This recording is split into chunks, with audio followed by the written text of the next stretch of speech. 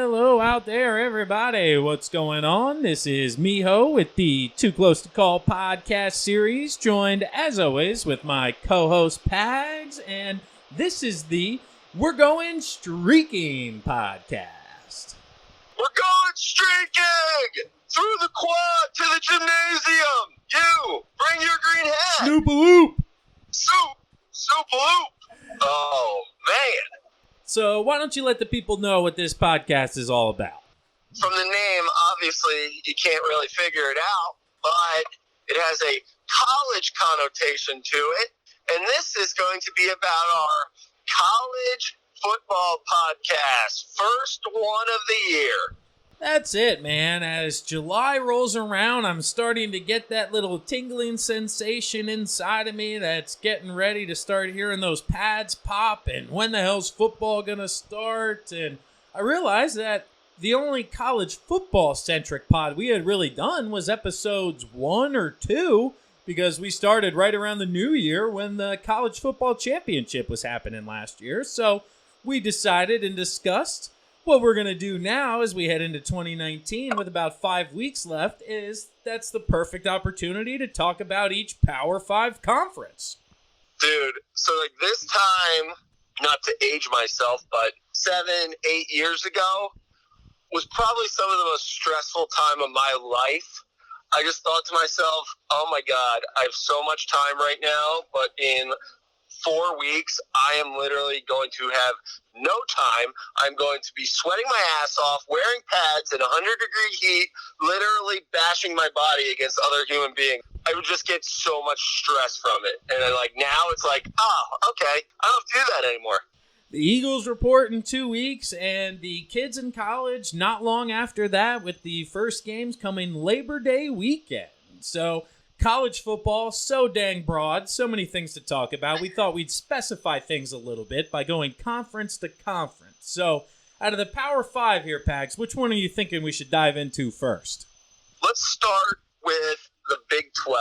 Because that had the most turnover, and I think that's going to be some of the more intriguing ball played this year. Because this division, feel like always gets a bad rep because they only have 10 teams. For the longest time, they didn't have a conference championship game. It was just like people always felt like they didn't belong in the playoffs except for Oklahoma. So I'd like to see, let's dive into that one first. All right, let's do it. The Big 12, but it's more like the Big One, man. I mean, the only team we've seen come out of there in years, are they the only team to ever make the playoff? But Oklahoma, they're the only one. Yeah, I think what was that 1 year where TCU and Baylor were like the 5-6 seeds and didn't get in? But that's right. You're right. Oklahoma really has dominated this conference, and losing Baker and now Kyler Murray, I guess we should assume that their starting quarterback's going to win the Heisman this year. Am I right? Yeah. Who the hell is it this year for him? Dude, they got Jalen Hurts from Oh, Alabama. my God, that's right. I forgot about that. He can obviously play right away because he graduated. Yep, and he got most of the reps last year in the college football playoffs because they benched Tua, and then Jalen Hurts came in, and then he's like, well, Tua's going to start next year, so I'm out. And Lincoln Riley's like, hey, I don't have a quarterback. Why don't you come on over here and play for us? Yeah, he's played in the title game 2 years in a row, so clearly has the experience and knows how to win. How, like you mentioned, the trend has been that the Oklahoma quarterback wins the Heisman, but I don't know if he's going to have the passing numbers to do so this year. However, that's got to put them right there penciled in that top 4 again. I believe it was Texas last year, made a little bit of a run and gave them a good game in the Big 12 championship, so I think they'll be right there. Are they still the team that's looking to challenge Oklahoma? Yeah, well, what's the one thing you don't think of in the Big 12? Defense. There's never any defense in this. Over under 115 in every one of these games. Oh my gosh, it's unbelievable. But from what I'm hearing and reading is Texas has a very, very young, athletic defense coming this year, and it will be odd to see a Big 12 team hold somebody under 35 points in any game. Tom Herman is still Texas's coach, right? Book 'em. Hook 'em, that's right. Okay, what year is he going into there? This is year 2.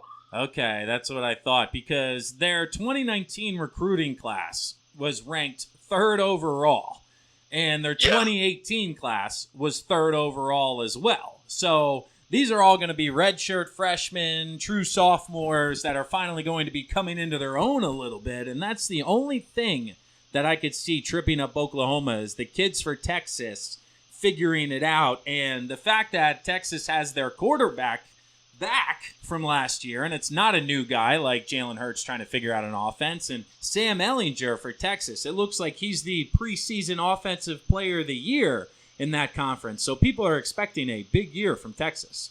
I feel like that's every year. Everyone's like, Texas is back. And last year, they didn't make the playoffs, but they really came on strong at the end. I think they dropped one game to, I think it was Iowa State, where it was like, oh, well, there goes their playoff hopes. And then they go and lose to Oklahoma in the finals. So it's going to be tough for them just because Oklahoma has all this returning pieces. I know Oklahoma fired Mike Stoops, so they're going to have a new D coordinator. Hopefully they can play some semblance of defense, because I have yet to see that out of Oklahoma. They just try to outscore everybody.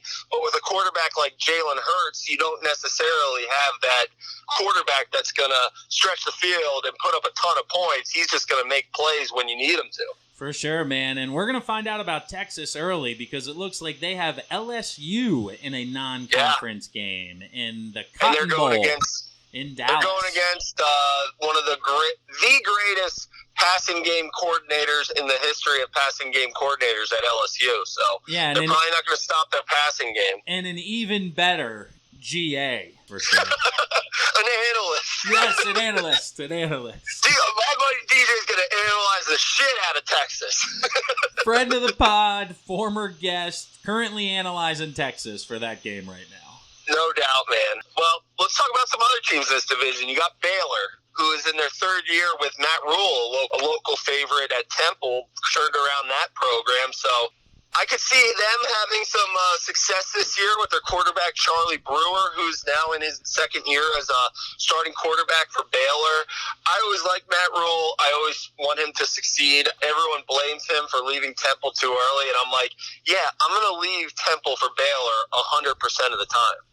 Absolutely, dude. To go to the Big 12 with the resources they have and the amount of talent in the state of Texas, that's a no-brainer from a big picture. And a few other tidbits about Baylor is one bold prediction from a website here is that Charlie Brewer, who you mentioned, will become the Big 12's best quarterback. Wow. Very high on Mr. Brewer. And apparently PFF, Pro Football Focus, has graded him high in the past as well. Now, another tidbit about Rule is apparently he's never seen his win total go down at the same school.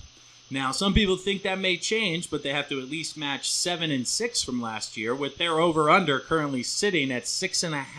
Based on what you were saying, it sounds like you think that they're going to take a little bit of a leap forward. And for sure, I don't see them having the success against the likes of Oklahoma, Texas, even maybe Iowa State there. Oklahoma State's going to be pretty good again. So this conference is actually very intriguing, man, and I'm glad we started with it, because the worst team in the conference probably has the biggest name as a head coach, and Kansas adding Les Miles as their head coach. You got to think he's going to be able to turn the program around. I've never seen Kansas succeed in my time of being alive in football. Kansas hasn't won more than 3 games in a season since 2009. Holy shit. It's literally been 10 years. However, their over-under this year is set at 3.5. So people do think that Les Miles is going to bring some excitement, some fans back to the seats. Maybe they'll steal a home game from somebody that they're not supposed to beat. But overall, man, they're not going to improve that much, because talent rules the day in football, and coaching can only do so much. But you touched on them briefly, and that's Iowa State and Oklahoma State. Those are 2 names to watch, because as I'm scrolling, Iowa State has an over-under at 8 wins, which is good for 3rd here in the predictions, with Oklahoma State behind them at 6.5. The Cyclones seem to be a little bit of a trendy pick to kind of reach the Big 12 championship game.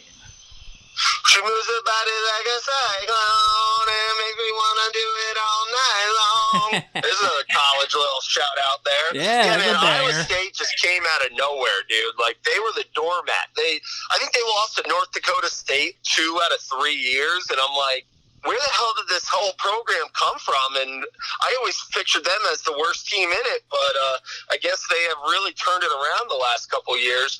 And speaking of a team, Well, hold on here, Pags. Hold on oh here. god, One little tidbit from Iowa State that you may not know, and I want to get your opinion on this. Defensively, they may have figured out how to slow down some teams because they've recently implemented a 3-2-6 defense. daring teams to run on them. 5 Like, people hey, in the box. Run this football. We got 6 guys in the secondary. Let's go. That's And it. But that all might those be the spread play, offenses, all the spread offenses they go against, it's got to be something that at least, I don't know if you're running it 70% of the time, but it's something I would look at, man. Oklahoma, Baylor, West Virginia, all the run and gun. Put 5 people in the box and see if you can win a one-on-one matchup. Yeah, the only team that I don't see that being very successful against is Oklahoma, because like we said with Jalen Hurts, he is just as much of a threat to run the ball as he is to pass the ball. And if you're dropping 6 guys, Sure. it's going to be tough. Oklahoma State, Mike Gundy, he's always got himself a program that's going to put up 50-plus points a game. So it'll be interesting, man. You got TCU there, just middling right around there, but a team that has had success, but it looks like this year is going to be a downturn. I'm going to let you rip on them to get our listener of the podcast, Timmy Anushka, a little fired up, the little backyard brawl, West Virginia. So based on the information I'm getting from Anushko is that he's not even tuning in this fall to his Mountaineers. Apparently they're going to struggle a little bit just based on the quarterback position because if you remember, Will Grier sat out the bowl game, and thus West Virginia's offense did not perform. And the quarterback that they have coming in was a transfer from Florida, but Timmy is not high on him whatsoever and doesn't think that he can play. So it's either him or one of these freshmen, I can't remember their names, but the only thing West Virginia has going for them is the defense. They're saying the defense could surprise some people because they have a new defensive coordinator. He came from Kansas State under Bill Schneider. So he took their defense from 118 up to 38. So the Mountaineers may have some speed again or a new identity on defense. But this year, based on the predictions and the feedback, it looks like 500 may be out of reach. Well, let's throw it on you because I've been doing the predicting the last couple of weeks. Who do you got as your 2 teams in the conference championship and your ultimate winner who possibly moves on to the college football playoff? The 2 have to be Oklahoma and Texas. It's going to be a run it back of last year. It's going to be a run it back of last year, dude. I mean, it has to be. Oklahoma doesn't lose that many people. They add Hurts. Texas has these great recruiting classes and the quarterback's back. The only 2 that could challenge them, or Iowa State and Oklahoma State. So I truly think these 2 are going to run away with it, with probably Oklahoma outlasting them. I think they'll win that head-to-head matchup, and Texas has a little bit of a tougher schedule, like we mentioned with the LSU game on the docket there early on. But that's it, man. It's either one of those 2 and the surprise unit of Iowa State with a potential upset. Yeah, I'm right there with you. I think there's going to be 2 must-watch TV games this year with Oklahoma, Texas battling it out twice this year. And it's going to be fun to watch, though, man, because if you're Texas and you go and you beat LSU to start the season, you've sparked your fans to be expecting a potential playoff run here. So it'll be interesting to see how it all plays out. But I think I'll lean Oklahoma as of now as well. That's it, but this is our We're Going Streaking podcast where we discuss college football in great length. So all you college football fans out there, everybody's starting to get the itch for some football talk. Let's have you call in here. Our voicemail number, hotline numbers, 484-238-0735. Leave us your predictions on the Big 12. Give us a little bit of a preview of one of the other conferences because those will be coming up here shortly, and we'd love to talk to you guys about it. So hit us up, follow us on all the Instagram, Twitter, Facebook, social media, and let us know who's ultimately going to be winning the college football playoff. Absolutely. It's going to be fun, guys. Get the football itch starting now. So we'll talk to you next week with another breakdown. We're looking forward to it. We'll see you guys later. Peace.